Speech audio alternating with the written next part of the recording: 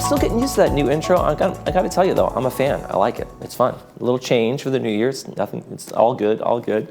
We got a great show for you today. I'm not going to lie to you about that either. We have a really good one for you. We're going to talk to Republican U.S. Senate candidate Denise Gary Pandal about her campaign and some of the things she wants to talk to voters about as she goes up and down state campaigning for the U.S. Senate seat opened by Dianne Feinstein. And then later in the program, Publishing Club's going to be here. Nancy Brown and Dr. Diane Bolin. They're going to be talking about Right on Track, their TV show that they have right here in the Village. So stay tuned for that as well. They got some great stuff to talk to us about. Hey, you want to talk, make your voice heard? You have something to talk about? Well, if you're on the United Laguna Woods Mutual Boards, if you're in their territory, you can go over to their open mic night, their town hall that they're going to be having. It's going to be Friday, January 12th next week, 1 week from today at 2 p.m. over in the Performing Arts Center at Clubhouse 3 in Room 2. And of course, that's on Avenida Sevilla. You can go over there and make your voice heard, talk to them about whatever might be going on in the community. You know, the only way they know about things is by you guys coming out and telling them. They don't patrol, the board doesn't go around there patrolling the area and figuring out what's going on. They need to hear from you, so they really do appreciate these town halls. They talk about the fact that how valuable they are, so make sure your voice is heard. Hey, let's take a look outside at our weather. We got some high clouds up there, a little partly cloudy, and we're going to pretty much stay partly cloudy. It's going to clear up maybe a little bit more than that as the day goes on. This is going to be our high temperature of the week, folks, 65 degrees, so enjoy it while you can. We got low 60s for the rest of next week, and maybe, just maybe by next weekend, a little bit of rain is popping into the forecast. So we got mostly sunny tomorrow and partly cloudy and sunny, a little mix of partly cloudy and sunny really throughout the week, but temperatures in the low 60s for the rest of next week. So it'll be cool. Enjoy the days while we can and before that rain comes over. Let's take a look at our sunrise and our sunset. We had a great photo from Ben Givens. He out there on a little cloudy day in Laguna. You can see Laguna Beach Hotel way off there in the distance, just to the kind of left middle of the screen there. The Hotel Laguna over there in Laguna Beach. Great shot from there. Our sunrise this morning was 6:55. Sunset at 4:56. If you'd like to go out and take some photos and send them to us, we'd love to see them. Laguna Woods Village TV at gmail.com is our email address. Make sure you include your name in there, where you took the picture, and we will use it on our sunrise and sunset segment. All right, folks, let's take a look at one of the meetings we have for today. That's the only one we have today. And when we come back, we'll be talking to Republican U.S. Senate candidate Denise Gary Pandal. Stay with us.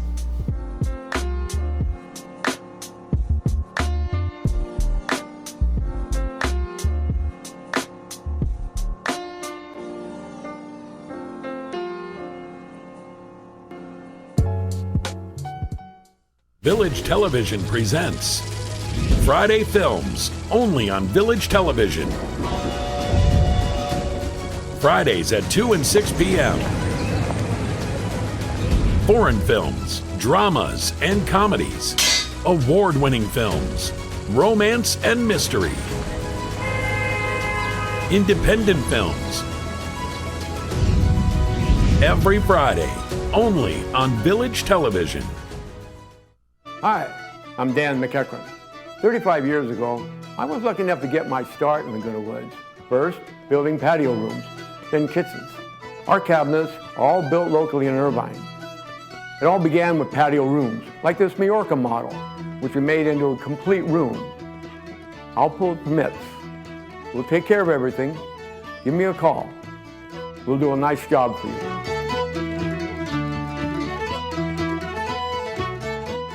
Hi, I'm Vince Ferragamo. I spent some of my best years as an NFL quarterback, but today I've got a new team, and we're helping seniors who spent their best years fighting for our country, defending our freedom, and informing the nation. Our hometown heroes need help. AgeWell Senior Services is their lifeline. Nonprofit AgeWell can do all of this because you care enough to give. Please join me in supporting AgeWell. Donate today. Welcome to OCI Care, Laguna Woods' premier laser and premium cataract surgery center. I just wanted my cataracts removed. It was pain-free.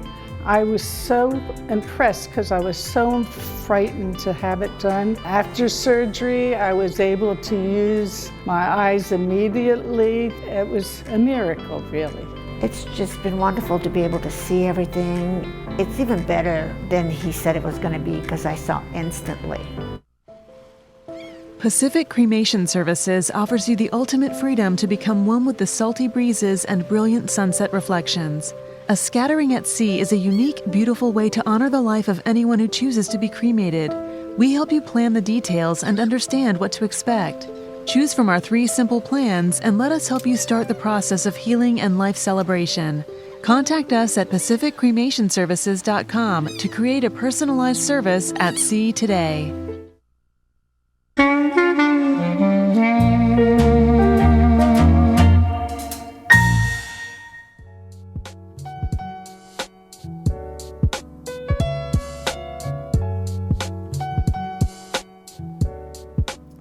And welcome back. We want to welcome to our studio Denise Gary Pendahl. She's running for U.S. Senate as a representative from California, one of our 2 that will be representing us in Congress, in the legislature. And so welcome to the program. Thank you, Michael. Appreciate it. Now, you were running as a Republican. Yes, and sir. you are running a campaign, or are you going up and down the state, or what's going on here with your campaign? How's it been going? So it's been going well. I've been up and down the state and everywhere in between, all the way up to Siskiyou County and down to San Diego. In fact, I'll be at the border next week. Okay.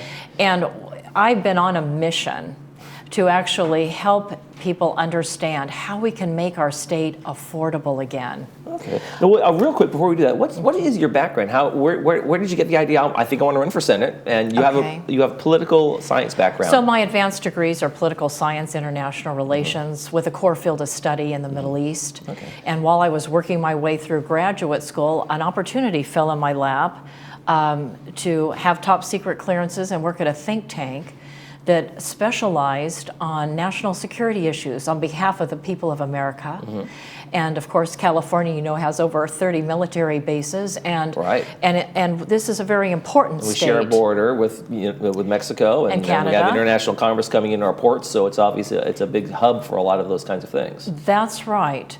And in terms of energy and our food supply, California provides over 500 commodities. We feed the nation and we feed the world. Right, yeah. And when I was considering the fact that, people on the other side, the Democrats have turned off our water, and, farmers are telling me we're plowing under our food crops. Ranchers are selling their cattle. And I'm thinking whoever controls the water supply, controls the food supply, controls the population.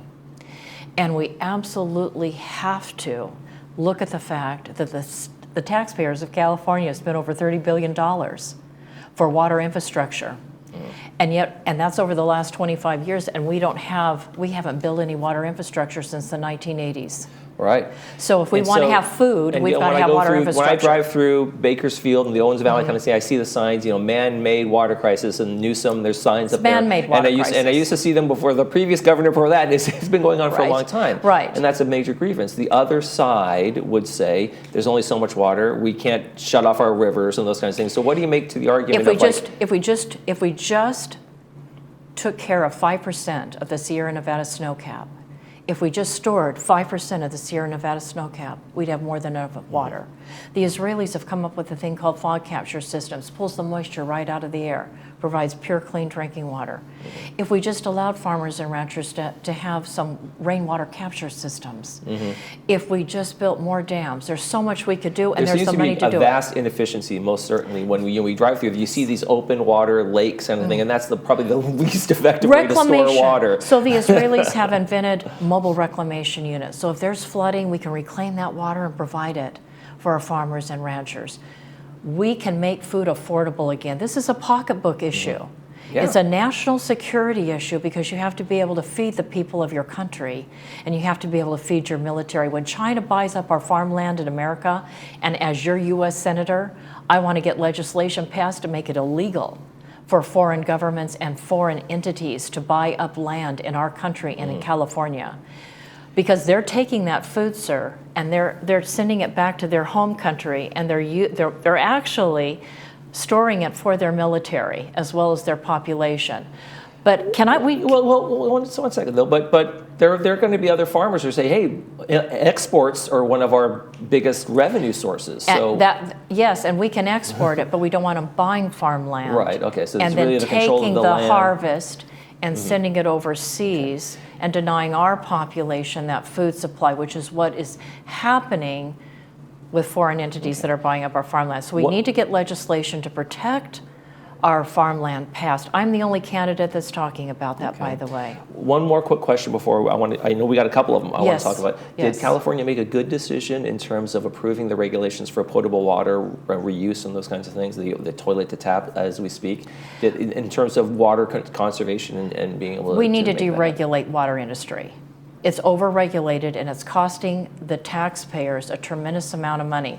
Do people realize that when a farmer or a rancher has to truck in water, it's costing a tremendous amount of money to grow food, and considering how much meat people eat, I mean, livestock is expensive and they have to be watered. So when you overregulate an industry, you want it clean, you want it safe, and I support that, of course. Sure. Of course I do. Okay, so in terms of potable water, I'm just saying, because it seems as though if you take that as one of the levers, there's only so much to go around, as one of the levers of like, hey, the cities aren't needing as much because they're using the potable water systems, then we have at least a possibility of helping out the farmers. But what I'm trying to say is we have an abundance of water.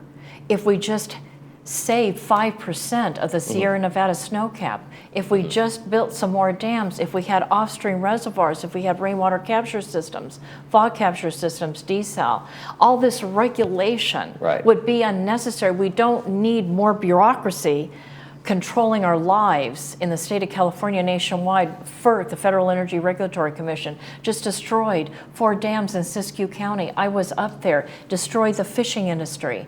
It destroyed the fish that inhabited those dams, and of course it drove up the price of fish. We've got to deregulate the economy, and one of the things I want to do as your U.S. Senator is overturn NEPA, the National Environmental Policy Act. We've got enough of what we need in California in terms of water. We just need to manage it right.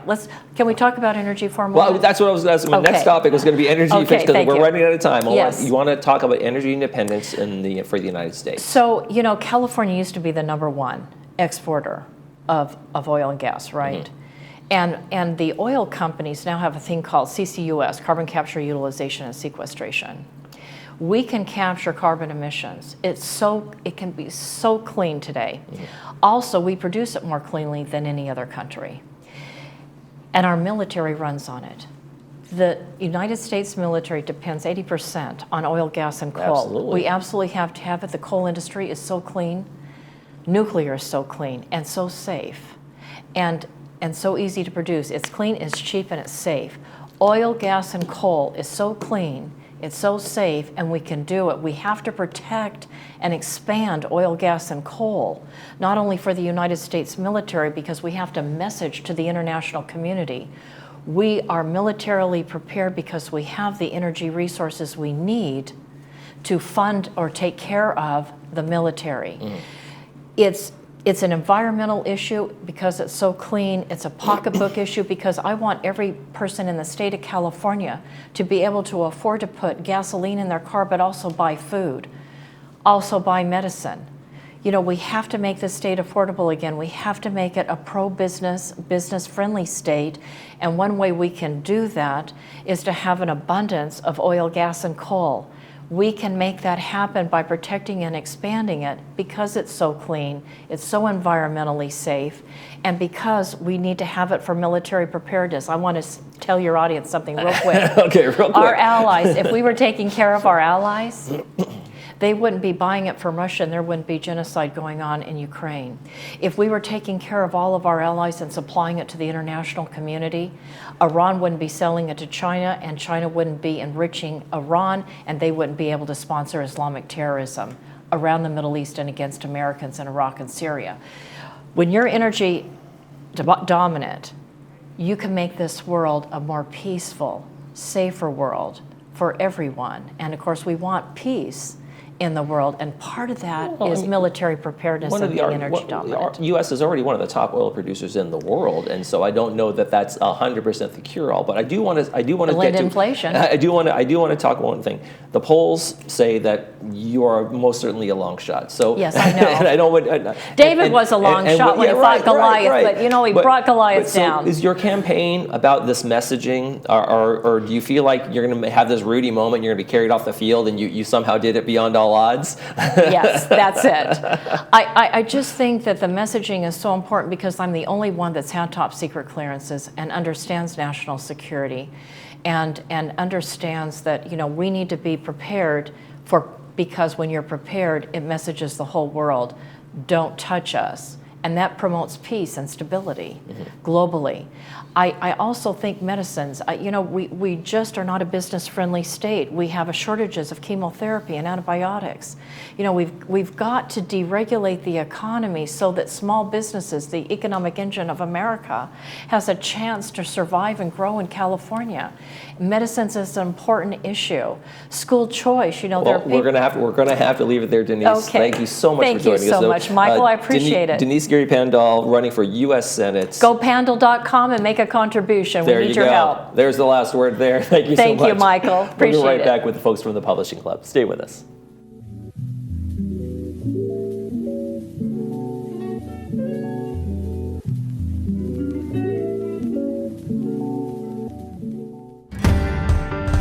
Hi, welcome to Pacific Financial Planners. We focus on income replacement for your retirement. We have over 3 decades of professional money management experience. We personalize a plan that's right for you and your family.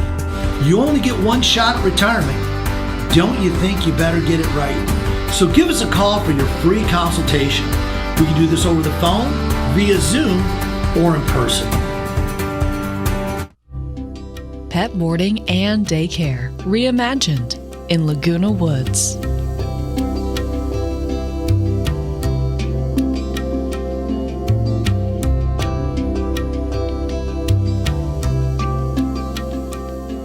Smart Park is offering 1 month of unlimited free daycare to new clients that pass a temperament evaluation. Call today to redeem this offer and get started. Ready to hear the good news?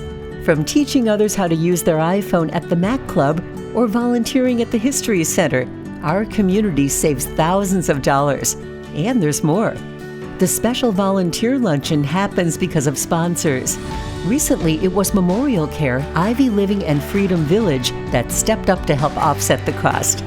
These are just a few of the many good things that happen in your community. Help be a part of it and volunteer today. Hi, my name is Rhonda Plains. I'm from Fullerton, California. I absolutely love Dr. V. I am very happy to drive from Fullerton to Laguna Woods. I was having an issue with my vision. There was strobe light going off in my eye. Dr. Vias was able to get me in to see him the next day. Once I met him and he diagnosed the problem with my eye, I felt very comfortable with him, and I'm just really happy that I found him. Looking for a change of scenery? You don't have to play golf to enjoy all that 19 Restaurant and Lounge has to offer. From a delicious breakfast menu to our delectable lunch and dinner specials. At 19 Restaurant and Lounge, there is something for everyone. Relax with your friends and family and take in the beautiful view from our spacious patio.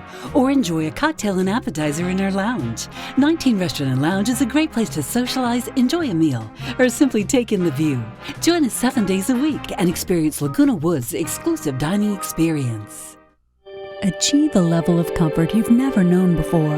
The Daydreamer will take you through smooth movements and guide you effortlessly into your favorite positions.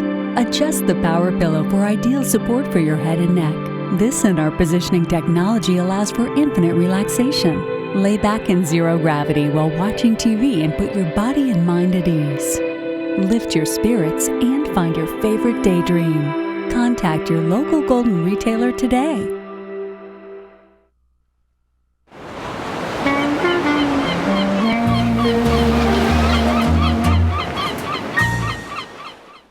Love heals. Not sentimentality, but love.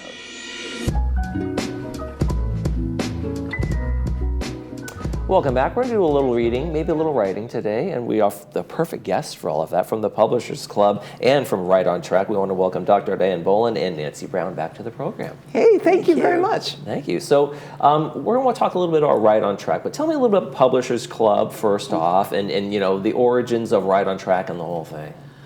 Okay, well, thank you, Michael, for having me here, and Diana. The Publishing Club is celebrating our 11th year, and it was founded and run completely by Peggy Edwards for the first 10 years. I became president last year, and we're a club devoted to helping people find a way to publish their stories that they have written. And that involves a lot of different things. Yeah, all sorts of things. You guys have had publishers in, you've had copy editors, guests, published authors as well. So kind of like a little bit of the how-tos and how to make all those kinds of things happen. Exactly. Yes, and the publishing industry has really changed in the last 3 years. Just phenomenal changes. So it's real important to keep up with those changes. Now on the show, Diana, it used to be a different name, but now it's called Right on Track. Correct. What do you try to cover? Like a little bit of everything that the Publishing Club does, but bring it to television, or? Well, I think I want it to become that and more. So, because so much of the information that the Publishing Club has is more geared toward publishing, whereas I also want to bring in the well-being of the residents here at Laguna Woods. Okay. So that would be things like nonviolent communication, or how to cook a dinner for 8, which is still maybe in book form, but is also more, again, geared toward the community. Okay. And tell me about the origin of the TV show. You weren't always the host. You've just taken over in the last year. Yes. Well, that was kind of a strike while the iron is hot kind of thing, because my husband, who's on the board of the Publishing Club, was speaking to Nancy on the phone. And Nancy mentioned to him that there was an opportunity to take on the show. And I'm in the background going, attention, please. Yes. So there you go. So, there I go, yes. Nancy, talk to me about your role. You're president of the Publishing Club. What is it that you do to kind of make sure the club has great events, and how you find the folks, and how you make it all kind of come together? Well, that has been my challenge this year. I'm very happy to say that by the end of this last year, 2023, our membership had doubled from the beginning of the year. Wow. And for a small club like ours, that was really very exciting, phenomenal. And in doing that, we were able to bring a lot of people in that were brand new members, some people brand new to the community, but published authors. And we try and get the word out in various ways through being on this show, the Globe, flyers in the clubhouses, our website. And what we want to do is offer opportunities for folks to either enhance their published skills that they already have, or to find ways to publish a book. Some people are prolific writers, but they have never published a book. Okay. And so, you know, we're, and no names mentioned, but we want to try and encourage that route for many people. And we have a variety of topics that we do. Last year, our premier event was our author forum. And we've got a program chair this year who's developing our monthly programs, and we have a special events chair. So we're very excited about what's going to happen this year. Diana, have you been bringing in some of our published authors right here in the village on the show lately? Oh, yes, I have. Yes, I have.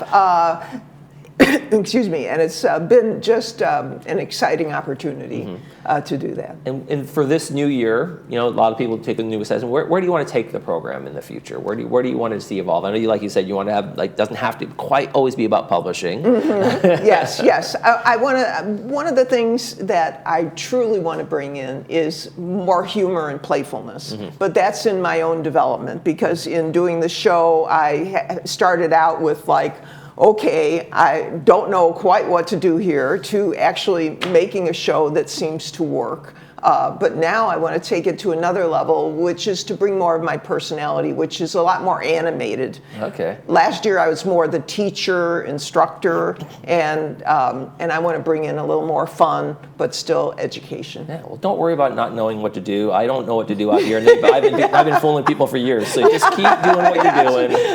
They don't know the difference. I know. Well, I know you have a great crew. I want to put the picture up of our crew that also helps produce thank you the show. so much. The production team. Yeah, I want to say thank you to that production team. They are incredible. I mean, each one brings special talents. And then we have Mark and Cole and Brittany, yes, and in that order right there, and they're terrific folks. I work with them too, so I know that you are correct in saying how terrific they are in helping, making like behind the scenes work, so you can just kind of come out here and be a meat puppet talking around. Yes, and also, I mean, they helped me learn about collaboration, and actually Nancy has helped me with that too, because I've been independently employed my entire career. So committees, meetings, all that is like very new to me. Well, in the world of publishing, Nancy, we talk about it's a collaboration too, because you're not just working by yourself a lot, you're working with publishers and copy editors and folks like that who are all on the same page in terms of making your art come to life on the pages, right? Absolutely. And one of the things that I tell people is that I can publish a book through that collaborative effort with having other people help me to do that. But, you know, beyond that, you know, I don't know. I'm very skilled at being able to organize and to get folks to, like Diana, to come in and help. But I can't do it all. Right. And so a team is critical. It's critical. So. And how do you come about your guests? You're doing the booking. You're finding folks in the community. Yes, I am, and Nancy helps with that definitely. But also, I read articles in the Globe as well as in the local newspapers, including the LA Times. It's harder to get people from the LA Times to come on the show. I'm still working at it. I'm going to succeed. Keep working at it. We got a long time. You're beautiful. Tell us real quick before we go, what time can we see the program? Oh, if it's still in the same slot, it would be at 10:30 on Monday mornings, and then at 4 p.m. on Thursdays. All right, Nancy and Diana, thank you so much for joining us. Thank you. Great. And we're going to stay right here to close the show. We want to tell you about our movie coming up. Our Friday movie is same time next year with Alan Alda and Ellen Burstyn, brought to us by Hogue. And it's going to be on 2 p.m. with subtitles and 6 p.m. without the subtitles. It is a married man and a married woman end up sleeping with each other and decide to meet at the same place every year on the anniversary of their one-night stand. It's a really terrific movie, and I hope you enjoy it. That's going to do it for this edition of This Day. For all of us here at Village Television, I hope you make this day a great one.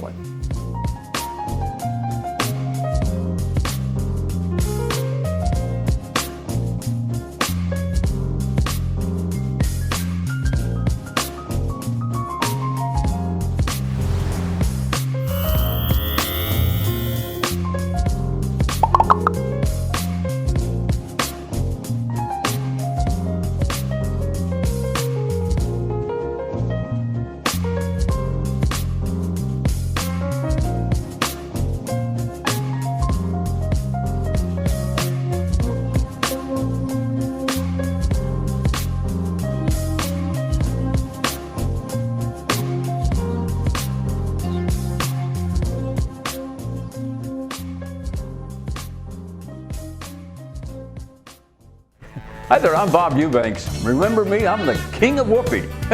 And you're watching Village Television. But everybody does.